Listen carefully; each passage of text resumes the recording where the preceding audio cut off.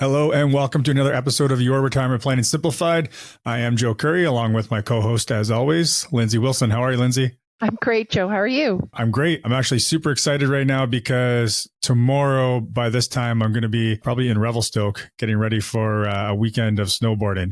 Fantastic. Yeah, no, I'm pretty excited because there has not been much snow in Ontario so far Not this at winter. all. No. Yeah. No. So, but anyway, so that's what's on my mind right now. How I about don't you? doubt. Just getting ready for our season of client reviews coming up. We're about to launch. So that's always a busy and exciting time. So just prepping for that. All right. Well, That's exciting stuff. I know.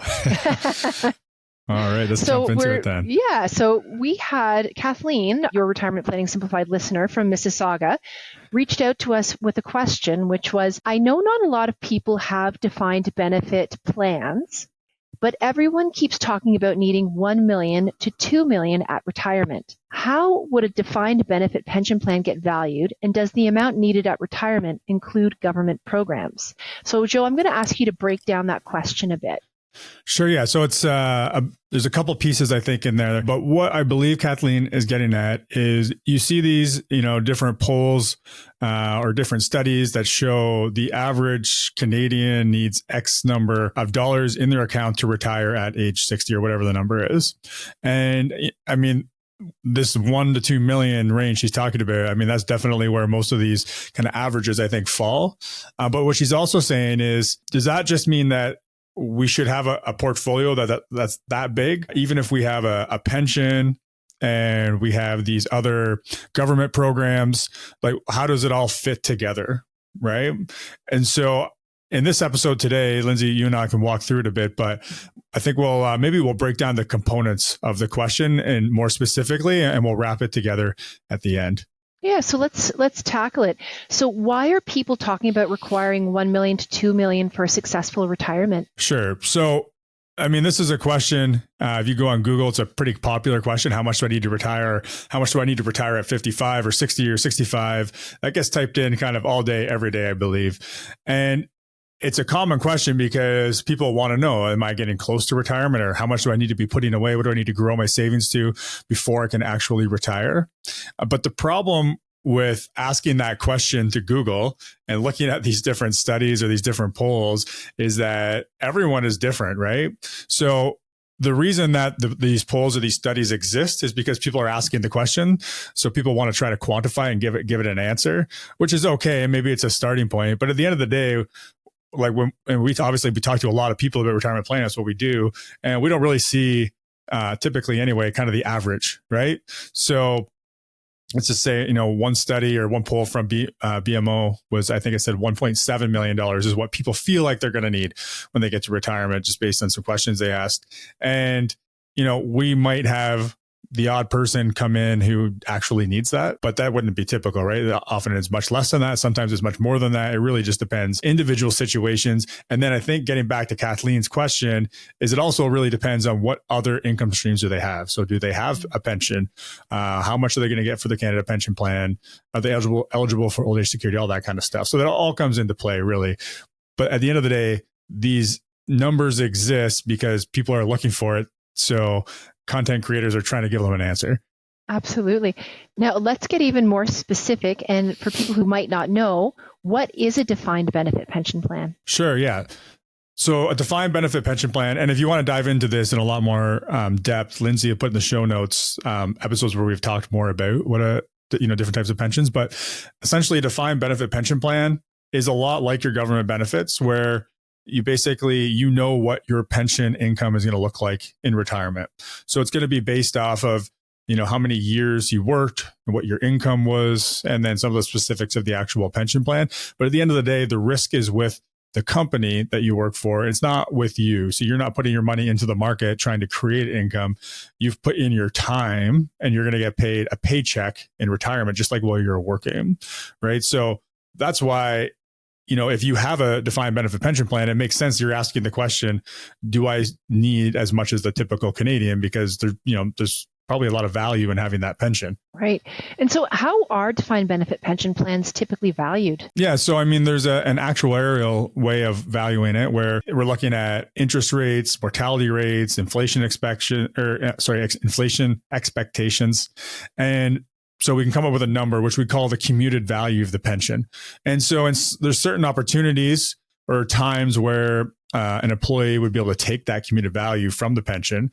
But really what that commuted value is it's putting the best attempt to put a value on what the pension is actually worth if we're going to pay out a lump sum rather than this future cash flow or this future income stream into retirement, right? So you might be able to get that. If you're terminated from your job, you can take that with you. So maybe you could actually move it into another pension if you had that opportunity with your new employer, or you could move it into individual retirement accounts. So typically that'd be a locked-in retirement account or a LIRA. And sometimes you can't fit it all into that LIRA. So if you had RRSP contribution room, some of the excess could go into there. So you're not paying tax on it. But anything that doesn't fit into those two types of accounts, because it not always will it fit in, you would take as cash. And then that would go into your income and you'd have to pay some tax on that.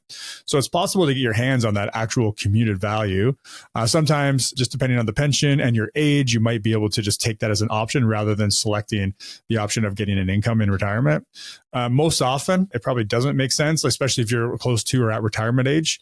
But there might be a few reasons you would do that. One being maybe you have maybe a spouse who also has guaranteed income and you're just trying to free up some flexibility so you can have money for lump sums rather than just that monthly paycheck coming in. Maybe to be able to leave an inheritance to your kids, because while a pension is great to make sure you never run out of money, you're also not leaving behind a tangible asset for your kids, right?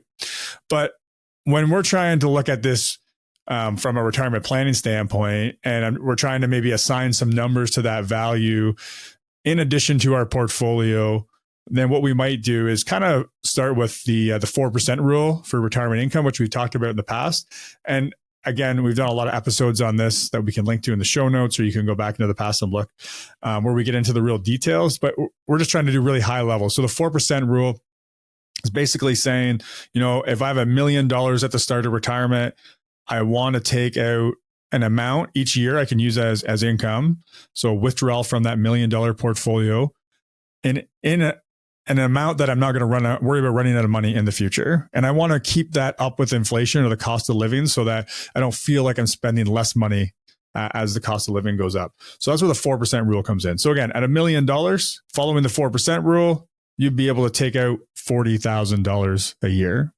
So the flip side of that is we can kind of do that math backwards, I guess you could say. And so let's just say we had a pension that was going to be paying you $40,000 a year when you add up all the monthly income. Essentially, that would be worth about $1 million if we're trying to kind of give a value to all of your retirement assets. Right? Because if we were going to generate that $40,000 a year of income for you, we would need to have the portfolio of approximately $1 million. Right. Again, obviously there's some intricacies and some individual, planning that goes around that. The 4% is just a starting point, not the end all be all. But that gives us a bit of an idea of how could we put a value on that. Does that make sense, Lindsay, what I'm saying? It does. One of the things that I'm curious about in terms of, you talked about intricacies, what are some of the government programs available to supplement income for Canadian retirees? Yeah. So there's the Canada Pension Plan and Old Age Security. So Canada Pension Plan, while you're working in Canada, after age 18, you're making contributions and your employer's making contributions to Canada Pension Plan all along while you're working. Or if you're self-employed, you're making kind of, I guess, both halves of that contribution. And that's going to a future retirement benefit, which is just like a defined benefit pension. Again, you don't have any market risk in that. You're based on the amount you've contributed, the number of years you've contributed, and the age you take the pension. There's a formula for exactly how much you get. And then Old Age Security is paid out based on you being a Canadian. And if you've been here for 40 years from the time you were age 18 in Canada, then you're going to get that full benefit, right? So if you're less than that, there's a calculation for how much you get. But at the end of the day, those are both just like defined benefit pensions.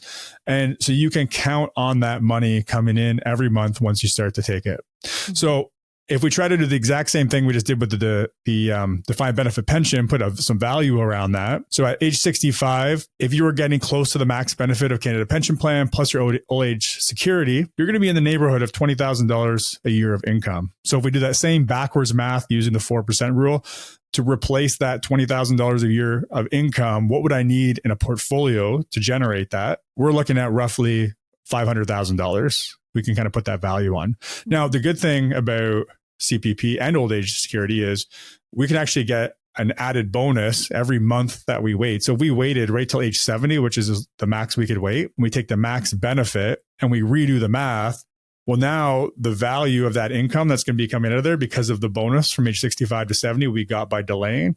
Now that income stream is worth closer to $1 million. I guess at the end of the day, what I'm saying is we can put a value on these different income streams that we have. And if we have multiple income streams, including that defined benefit pension, we probably don't need to have as much in our portfolio when we're trying to look at, what does the typical amount what is the typical amount required for a retirement portfolio? And now just to kind of tie it back to the beginning, because it is so different, what people need in retirement is so different between individuals, how would you recommend listeners think about determining their ideal portfolio value? Sure. So like you said, kind of tying this all together, we can kind of forget about what does the typical Canadian need, and we want to look at your own situation. So what you can do is you start by understanding what are your goals for retirement? What are those income needs? Again, we've talked about different ways of figuring out your cash flow. But from a really high level, we just start by looking at what are you spending today, which can be calculated by looking at what's all the money coming into your bank account every month and what are you putting into savings? Because in retirement, you probably don't need to save for retirement anymore. So we can kind of subtract out the amount going to retirement savings. You can look at, are there other expenses you're going to have in retirement that you will not have in retirement. So for example, maybe you have a mortgage payment today, but by the time you retire, you will not have a mortgage anymore. So you can pull that out of the calculation. But at the end of the day, all the money coming into your bank account minus those expenses I just mentioned, that's how much you're spending today. And that's likely not going to change much in retirement. In fact, depending on your goals for maybe some travel or maybe spending money on grandkids, other things that might come up in retirement you're not spending now, you might even have a bit of an increase there. So, but you can use that as your starting point. So how much do I need for income in retirement? The next thing you can do is look at what existing retirement streams am I going to have when I get to retirement? So do I have a defined benefit pension? And what is that going to look like from an income standpoint? And if you do, you should be able to go to your employer and get an estimate of what that's going to be at age 65 at your early retirement options. You can see if there's going to be a bridge benefit. So what I mean by that is, if you're able to take your full pension at age 55, there might be a bridge in there that gives you a higher income to get from age 55 to 65 when the CPP and old age security typically kick in, right? So anyways, figuring out what are these different income streams I have. So CPP and OAS along with the pension, is there anything else that's going to be coming in for income? So now you know what your income needs are approximately. You can see what your income sources are, what they're creating for you. And then now you can figure out what's your gap. So how much income are you missing after you account for those different income streams? Maybe you need $100,000 a year for your household, and between your pensions, your government benefits, you have $50,000 a year of income that's going to be coming in and indexed to inflation. So in other words, we need to replace about $50,000 a year of income once we get to retirement. So then we're solving for, okay, how much do we need in our portfolio to create the $50,000 to fill the gap that our guaranteed income sources are not taken into account or not covering. Mm-hmm. So hopefully that all makes sense, Lindsay. Is that clear enough? Yeah. Do you have any final parting thoughts or anything that you'd like to wrap up? Yeah. So I would just say, depending on when you're listening to this, if you're still a couple of years out from retirement, now's the time to be working through the exercise I just went through, right? Because if at this point you still have some time, if you're still working, to figure out what that gap is so that you can start to close it. Or maybe it'll be a good news story and you find out, I'm probably okay to retire now. There isn't really a gap there, right? So the key action item coming out of this episode, I would say is go through that exercise of understanding what are your income needs, what are your income sources, and what's the gap. Right. Excellent. Well, thanks, Joe. I think, and of course, we'll include all our resources in the show notes. And thanks again. All right. Thank you, Lindsay.